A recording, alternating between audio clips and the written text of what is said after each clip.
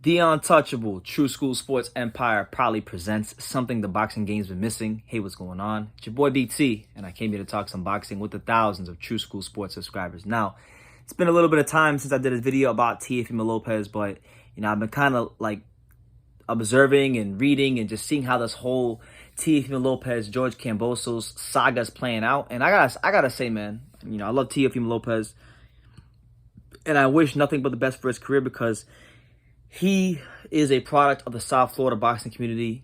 He's alumni of the Davey Powell. And I love Teofimo Lopez for those reasons, along with him being an absolutely exciting fighter, an exceptional fighter, and someone that always puts on a great show every time he goes in the ring. He's definitely worth watching. But with that being said, this George Kambosos situation is literally the worst thing that has ever happened to his career. The Triller situation, the Perspit situation, it sounded so good, and that's why the sayings that they say in that one saying, they say that everything that glitters ain't gold. And Triller paid a lot of money to win the Perspit for the Kambosos fight. They were supposed to stage it at Marlins Park in was it June 19th was the date, and it's not happening at Marlins Park. It didn't happen at Marlins Park. It didn't happen, period. And then it was supposed to happen August 14th in Australia, but then now they're saying it can't happen in Australia because of the whole quarantine situation, because the rule in Australia is that if you go to Australia for a fight and you're coming from another country, you have to go through a 14-day hard quarantine. So you got to stay in the room, quarantine for 14 days because of the coronavirus. It's the times we're living in. Make of that what you will. But now they're saying that this fight has to take place in the U.S. and that it has to take place by October 17th, which also happens to be the same day that Teofimo Lopez fought Lomachenko last year. So do the math. That's a year out the ring for Teofimo Lopez, and this is a prime year in his career where he's not fighting, and he's losing a lot of momentum. And it's unfortunate because he was coming out the heels of being fighter of the year. He's one of the top five, in my opinion, one of the top five best pound fighters in boxing, and he hasn't had a chance to build that momentum. And it's completely different to what's happening with Josh Taylor right now, because Josh Taylor just won the undisputed title at 140 back in like June or whatever it was, June or May, and Teofimo Lopez and he's fighting Josh Taylor, and Josh Taylor's fighting in December in his hometown, and he's gonna have a chance to stay sharp and not get too much ring rust and continue to build the momentum, and that bodes well for him. And it's the opposite with Teo. Teo has not building any momentum. There's nothing really going on with his career right now, it seems, and it just sucks. It really sucks. And then now it's like after he knocks Kambosos out the way, now they're talking about making Lomachenko versus Comey, and that Bob Arum is definitely trying to make the winner of that fight Teo for the belts, which means that Teofimo Lopez, after he fights a guy that is going to be a worthy opponent in Kambosos, he's going to have to fight the winner of that fight if it comes off in 2022. And he's already a weight drained fighter. He's literally been struggling to make 135 since 2019. He's struggled since then. And he's really pushing his body to limits it really shouldn't go, staying at 135.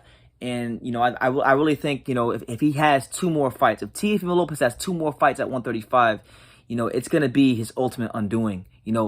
Because of the fact, not because he can't beat these guys, but because he's just too big for the weight, and he's weight drained. And when you're weight drained, you're literally killing yourself to make the weight. Your brain is losing fluids from around its brain, and you become more chinny in the process. That's how it works. And say what you want, but Comey can punch. Lomachenko is a precise puncher, and he buzzed Teofimo Lopez in the back half of that fight last year. Kambosos can punch a little bit himself. So what I'm saying is,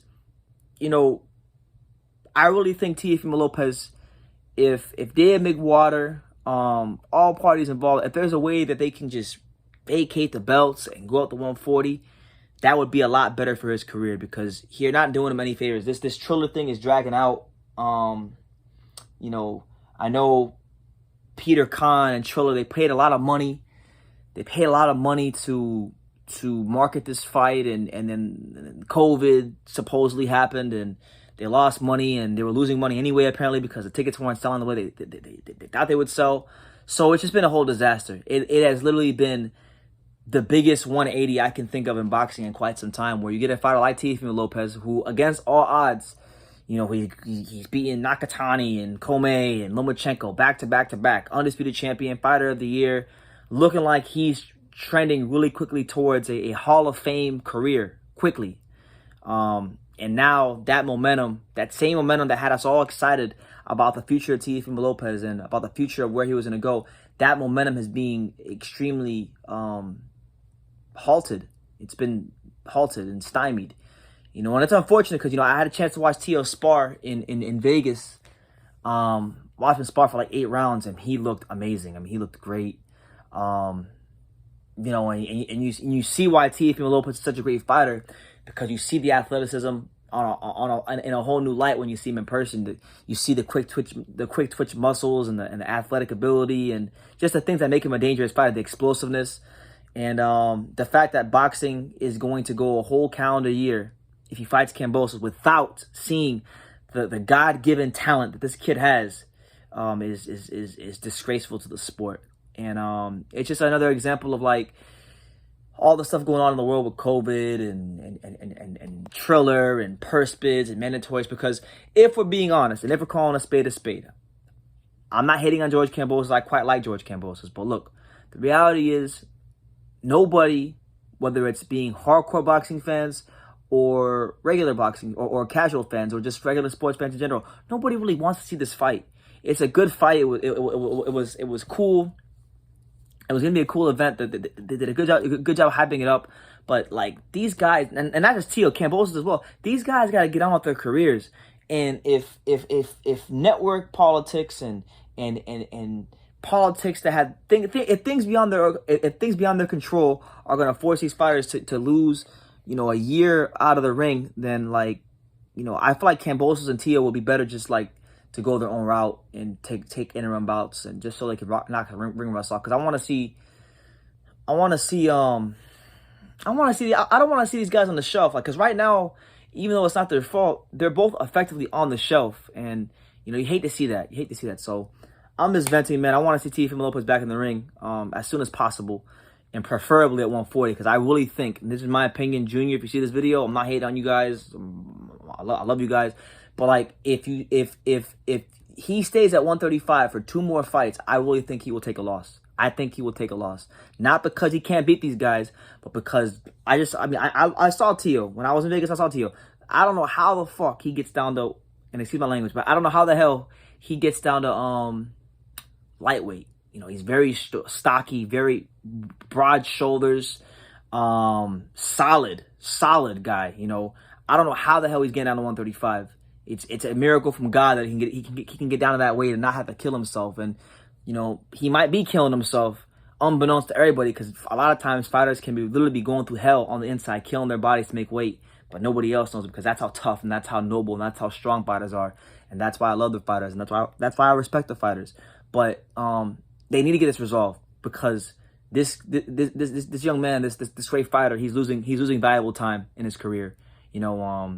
That he's never gonna get back. So hopefully they resolve it soon. But that's my take on the whole Teofimo Lopez, George Kambosos situation. Hopefully it gets resolved soon, so he can move on with his career, and Kambosos can move on with his career, and boxing can just be in a better place, because Teofimo Lopez is good for boxing, and we need him in the ring again. So make of that what you will. Leave your comments down below.